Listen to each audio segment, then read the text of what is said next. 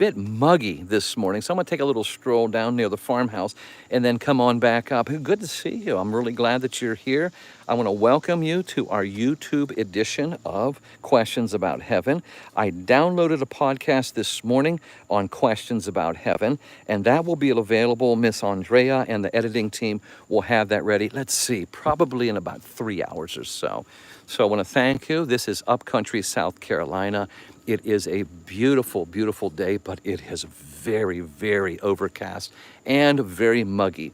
So I want to get a little bit of air. I've got the fans on in the barn, but I'm going to take a walk here, and I'm being guarded by our 3 feral cats. They're right at my feet, moving around. I got to make sure I don't trip over them too.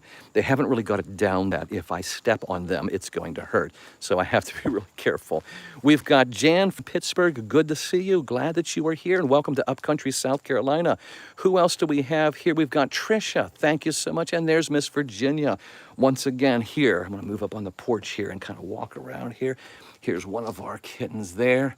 They're just following me around. I think they think I'm going to take them in for breakfast, but that doesn't happen right now. Cheryl, good to have you here. Brenda, wonderful. Oh, yeah, second night of full sleep in over a week. I am just so happy with that. And I'm moving down. Well, here comes our one vehicle for the hour going by. That is a big one. And you got to hear that, too. Heading on down the road here. That would take care of it. I think the record for us was 5 in 1 hour one time when they were doing construction over across there.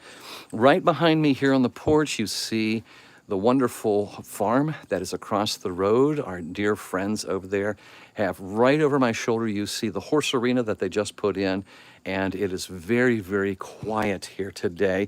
It is so overcast, even the 2 roosters that go after each other, Ebenezer over there and Scrooge over there. Oh, goodness.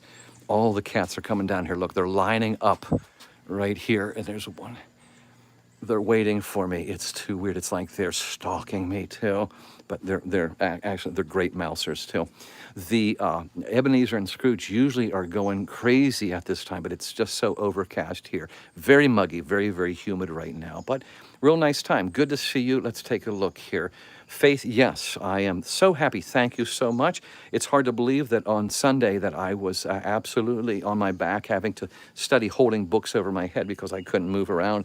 And so I'm happy for that, able to be mobile and getting around. So thank you. And getting ready for this weekend, heading up to, or heading down, I'm sorry, to Luthersville, Georgia. Going on over for 4 days of a Heaven is Home conference. And they will be live streamed Sunday, 10:30 a.m. Eastern Standard Time. The homecoming meeting, when I'm first talking, it's going to be live streamed in the morning on Facebook, Bethel Baptist Church of Luthersville, Georgia. Let me see. Miss Virginia is saying hello. We've got CP. Thank you so much. I appreciate you all. And I want to thank Coyote Bob and Miss Annette. Sent me a wonderful gift here after they met me in Texas. Sent me some Texas barbecue here. No, I'm sorry. Missouri barbecue. Show Me State barbecue. Boy, fantastic. And so I was teasing them. And then I'll show you something else that Mr. Dan, one of our moderators, sent to us here. Here is my transportation. I want to thank you so much. It's been kind of banged up a little bit. Over here, you see a scrape here. One time in the parking lot, somebody wasn't paying attention and ran into me. And then over here, I wasn't paying attention because it was like 2 in the morning in a truck stop. And I backed up and I walloped this side. We just tweaked it. I don't even know if you can see it now. But this Honda has been taken care of. I can't take the pickup out on the road. This is just really not highway worthy as far as leaving the state. So this is pretty much in state. I inherited this from my father-in-law. God bless him. He's in heaven, enjoying being pain-free from the lymphoma and COVID and everything. But this is the transportation that you have been so faithful in helping me. And that's what I'll be jumping in here. We've got it fixed up. We've got some oil changes and some other things taken care of. And so I think things are going well. I'm going to work my way up to the barn here and let you know. Let me say some other things. There's Mr. Lance. Thank you so much for your wonderful encouragement and those wonderful postcards and your laser print on there. I have it on the wall there, Lance. We're going to be praying for you and your new step in this new stage of life in your ministry and your work, your careers as well. Miss Christina, thank you so much for being here. There's Neona. good to have you. Curtis, good to see your name there too. There's Bear back with us. And Daniel, our wonderful, hardworking farm and truck driver here. He is with us as well. Let me see. Make sure I don't miss anybody here. Okay, I think I'm getting most of the people. Marie, good morning to you. There's Miss Fern. Good to have you, Miss Fern. I will be in East Tennessee at Oak Ridge Baptist Church. That's going to be on September, oh goodness, no, August 18th. August 18th, I'll be there for a one-day Heaven is Home conference. As we're working back to the barn, you may have this. The more it gets humid, the more the mosquitoes go on attack. And so it's a war here. But once I get in here, they don't really like moving air is what I'm told. And so I have fans going on. This is the storage section of our barn. You can see I'm ready for Christmas, all right? We have other things around here, tools and everything for the farm around here. But we took this section, we insulated it on the outside, and I'll take you inside. Many of you have seen this numerous times, but just to let you know, I'm working on the flooring here. I've been putting down a flooring down here. And I was working on it yesterday. There was a massive storm that came through. I mean, an incredible storm. It was going, it almost sounded like trees were going to come down, and all the cats came in. So I'm on the floor here, pounding on the floor, and I told the TikTok group. Then suddenly I heard rain is just gushing down. And right up there, I hear a galoop. Not a trickling, but one galoop. And I don't know whether we had, I just don't know. I've got to get it checked. I'm going to have our handyman take a look. And I'm like, you work on the floor, now you're back to the ceiling. So it's constantly work here. But I want to thank you, and I'm just thankful that we didn't have anything that was any worse, taking care of the maintenance here. But we've got a workable studio, a barn, and I just appreciate being with you. There we go. We're plugged back in and ready to roll this morning. And our good friend and our moderator, Dan Crane, thought it was too funny that I had a MoonPie.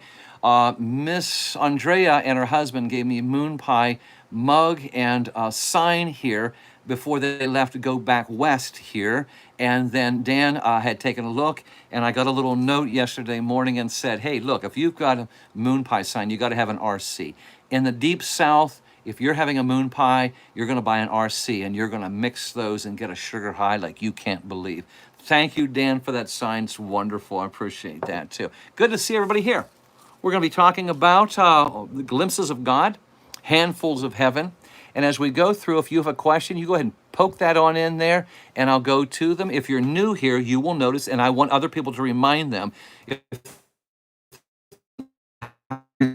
answer my question, because I'm not it while I'm chill, he will get to them at the top of the hour and take them from the end down. So if somebody starts repeating one, if you could jump on that real fast, because I've noticed that's frustrated a lot of people. So ask your question once, and I'll go right through at the top of the hour. Looking right now, we have a good, I think I can talk about this particular part about heaven in less time than I was talking this morning. We're talking about glimpsing heaven.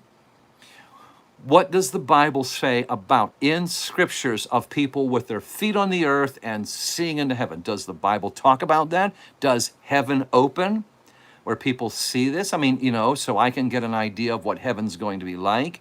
We see in Revelation of those in heaven, but through the scriptures. Let's go back in the Old Testament. Did anybody ever get a chance to kind of take a glimpse of God and things? Well, we talked yesterday in Exodus chapter 24. Verses 10 and 11. If you'll go back and then take a look in our archives, you can see that a wonderful study, Moses going to Mount Sinai with the other ones, and God showing a manifestation of himself, an idea, a glimpse. Now, you can't see God and live. We've talked about this numerous times. Exodus 33 tells you very clearly. But God will give an image of his glory. And it's relegated in Exodus chapter 24, verse 10, as beneath his feet. They are on their faces in wonder and admiration and in awe. And they see down there at the very bottom the afterglow of his glory, which is hyperbolic in its presentation as beneath his feet. God doesn't have feet. John 4, he is a spirit.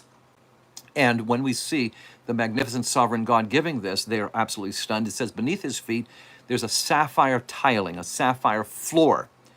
which would speak to us of the celestial. That color always is referred to as a celestial. You will see in Ezekiel that that color is also attributed to the throne. The heavenly color of lapis lazuli, which would be equal to this sapphire there. And it's telling them that beneath God is still above mankind, among other things. They are totally in awe, and may I say they're probably terrified. And then God says, verse 11, come and let's eat. Let's feast together. Wonderful. Wonderful talk of communion, as we talk about in Matthew chapter 8 and verse 11 and Revelation chapter 19 and verse 9. Now we go today. Stephen is within minutes of being stoned by the aggressors of the Sanhedrin. 71 judges who are supposed to have their wits about him, rage before he goes. Acts chapter 7 and verse 56. He gets a glimpse of heaven. He gets a glimpse of God, a handful of heaven. He says, I see the heavens open. That's a key phrase, 2 words. Heavens open. And I see the Son of Man. That's the messianic term from Daniel chapter 7, the Son of Man.